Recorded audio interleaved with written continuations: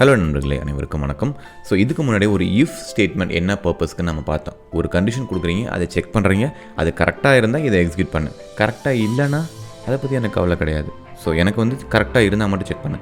இப்போது அதுலேயே பார்த்திங்கன்னா நெஸ்டட் இஃப்னு சொல்லி இன்னொரு கான்செப்ட் இருக்குது. எப்படின்னு பார்த்தீங்கன்னா, எனக்கு நெஸ்டட்னா சிம்பிளாக என்ன அர்த்தம்னு பார்த்தீங்க அப்படின்னா, ஒன்றுக்குள்ளே ஒன்று தான் நம்ம நெஸ்டட்னு சொல்லுவோம். ஓகேங்களா?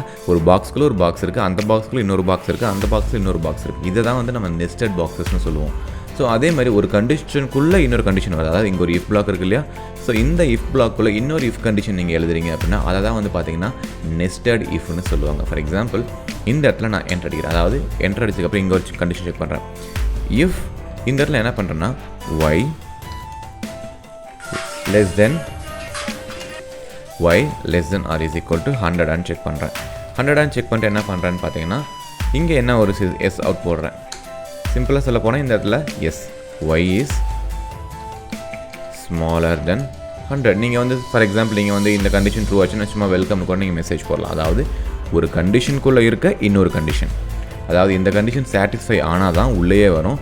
அதுக்கப்புறம் இந்த கண்டிஷன் சாட்டிஸ்ஃபை ஆனால் தான் இதுக்குள்ளே வரும். ஓகேங்களா? செக் பண்ணி பார்த்தலாமா? இப்போ ரன் பண்ணி பார்க்குறேன்.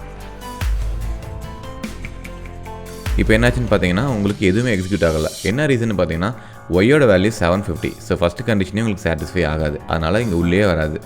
இப்போ இதை நான் 75 வழக்கம் போல் மாற்றிட்டு சேவ் பண்ணிவிட்டு திரும்ப ரன் பண்ணுறேன்.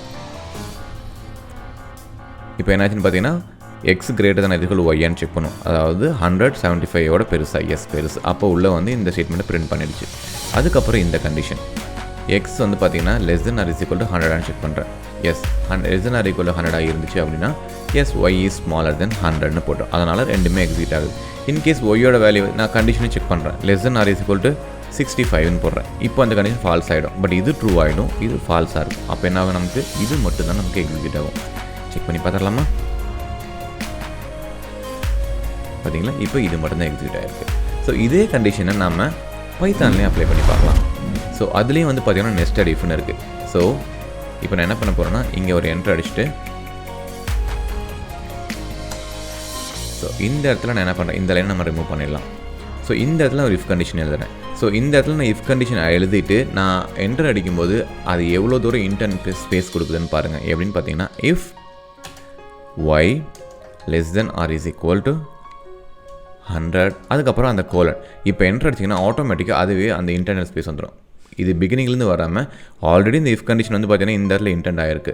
ஸோ இங்கே நீங்கள் இஃப் எழுதுனா இதுக்கு கீழே எழுதுகிற எல்லாமே பார்த்தீங்க அப்படின்னா இந்த பர்டிகுலர் இஃப் பிளாக் ரிலவெண்ட் ஆனது. ஸோ இப்போ நம்ம இங்கே பிரிண்ட் போடலாமா?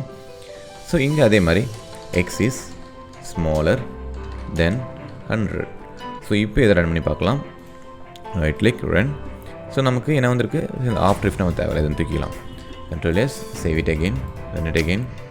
X is bigger and X is smaller than 100. முன்னாடி நான் சொன்ன மாதிரி இந்த கண்டிஷனை சேஞ்ச் பண்ணிங்கன்னா என்ன ஆகும்னு பார்த்தீங்கன்னா, இந்த ஒரு கண்டிஷன் மட்டும் ட்ரூ ஆகும். அதனால் இந்த பிளாக் எக்ஸிக்யூட் ஆகும், இது உங்களுக்கு எக்ஸிக்யூட் ஆகாது. அவ்வளோதாங்க.